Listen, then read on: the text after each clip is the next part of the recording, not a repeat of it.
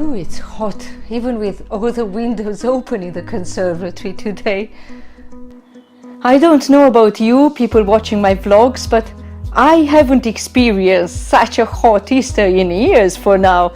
Maybe at some point in Romania we had Easter around the beginning of May, and yes, then we had the same kind of summer-like weather. But now we are in the UK. Yes, it is mid-April, but north of Wolverhampton we had today 22 degrees. Proper summer. I am Caterina George, Romanian writer and journalist in the UK, and today we are going to talk about Easter. And particularly I want to talk to you about Easter in Romania for two reasons. If you are Romanian and watching my vlogs, it might bring up memories from around this time of the year. And if you are not Romanian, from any other background, and watch this vlog, you might learn something that you never knew about how we celebrate this holiday back in my home country. Last year, after Christmas, we decided to keep the fairy lights in the conservatory all year round because it's nice to have them around when we sit in the conservatory, any season really. But now, back to Easter in Romania.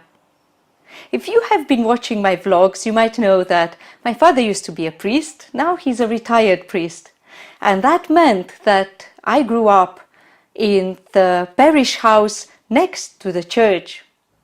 Now, churches and parish houses back in Romania and across the Eastern Europe world, they are different in the sense that we don't have any graves around churches.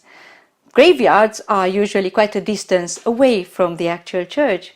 So the building itself has a lovely yard around with trees and a garden and some benches and a lot of space which us children, as soon as springtime came and we had Easter, we'd always enjoy playing all day around in the churchyard.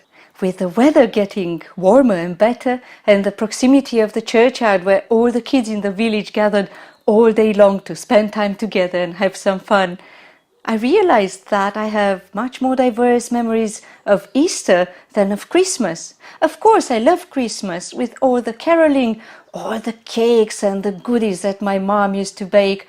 She'd bake for Easter a lot as well. Don't worry about it.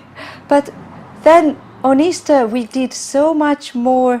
We went to service from Wednesday to Sunday every day, and yeah, we just had a great time together as a community. I'm sure it won't come a surprise to know that until we were like about 11 or 12, we wouldn't stay for the whole service every evening in church. Well, particularly in the Eastern Orthodox churches, if you don't know, services last quite long. They can be up to 2 or 3 hours, and for younger kids to sit there very still and focus on every word with all the poetical, archaical songs that are sang can be sometimes a little bit challenging. So obviously we were allowed to go outside, play hide and seek and roam around church on the condition that we would go back inside and sit down listening to the service for at least part of it, and also on the condition that we were not too noisy. I have to admit that sometimes the sexton had to come outside and tell us, "Be quiet, kids, or you get back in here right this moment, or you go home." Well, kids will be kids after all. Then when I was about 11 or 12, one of the people in the church choir decided to gather us, some of the kids who were interested, and teach us the songs for Midnight Mass for Easter. Of course, when we were younger, we wouldn't attend this service because it did start at midnight and it would last till about 2 or 3. And it was quite exciting to be now old enough to attend Easter Mass, and not only attend it but also sing during it. I remember being sat around the area where all the choir is sitting, and everything seemed magical that night. All the lights, all the candles burning, all the people gathered in this small countryside church. It really felt like there was something very spiritual, very warm and very special in the air. But whether a practicing Christian or not, whether an adult or a child, Easter has got its not necessarily religious or spiritual traditions around it that also make its charm. Such as, for example, here in the UK, one of the most prevalent traditions for Easter is the one of the Easter chocolate eggs. Yeah, I have bought quite a number for all the family members here, and this is Adrian's chocolate egg. To be honest, a couple of weeks ago when we went to Dobby's, we found these Thornton's quite nice tasty chocolate, and we just bought quite similar ones to each other.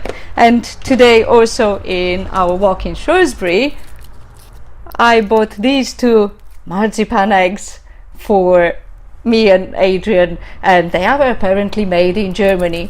Speaking of which, I came across this information recently that the Easter bunny was first mentioned as the Easter hare somewhere in Germany in the 17th century. Now, the fact that this animal is associated to Easter doesn't come really as a surprise either, because it's one of the animals that have always been celebrated in springtime.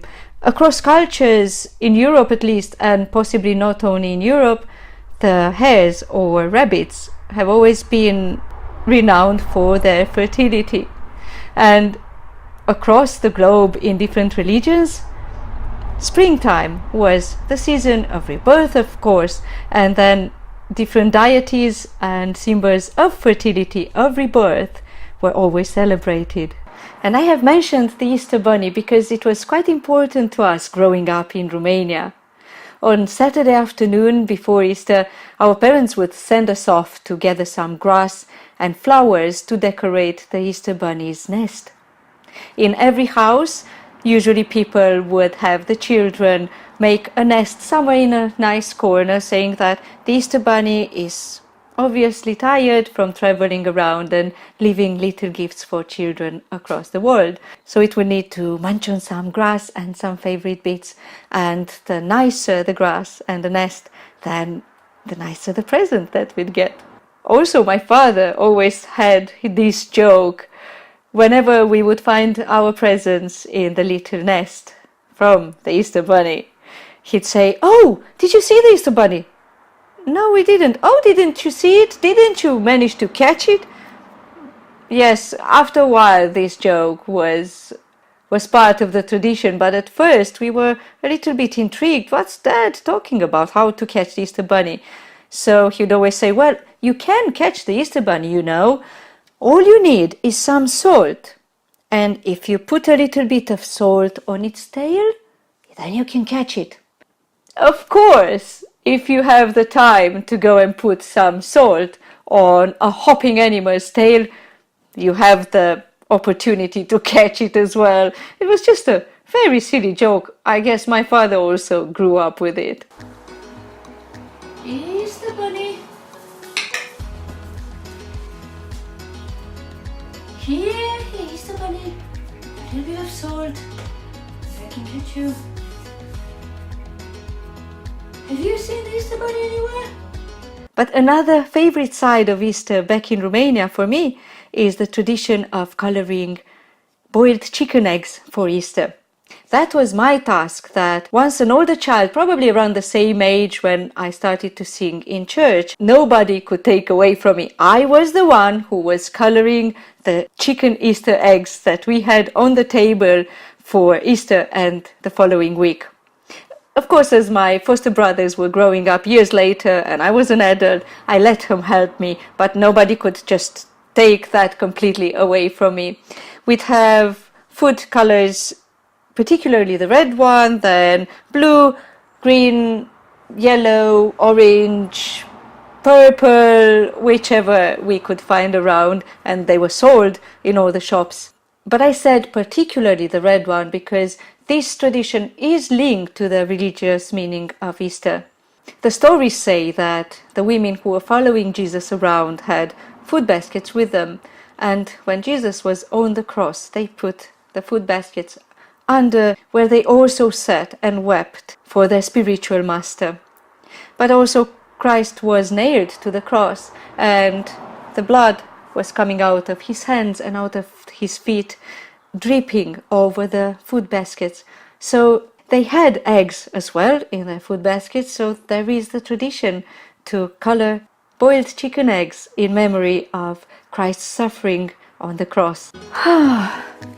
I could just sit here in the conservatory and talk to you forever about memories from Easter, from my childhood and later on in Romania, particularly now that there's such a pleasant breeze coming in through the windows in here. But yeah, it is Saturday evening before Easter and I've got to go and help around the house a little bit, particularly that tomorrow we will have a roast leg of lamb dinner here for the whole family. And yeah, I have to leave some memories and stories for following years for Easter, because I plan to keep on vlogging and I need them again. Meanwhile, I'd love you to tell me what your favorite memories of Easter are and what your favorite side of Easter is besides chocolate eggs. Don't cheat, because kind of everybody loves chocolate eggs, don't they? If you liked this vlog, remember to subscribe to my channel and also go to my Facebook page Land Inside. And until next time then, ciao for now, happy Easter and have a lovely, lovely Easter weekend.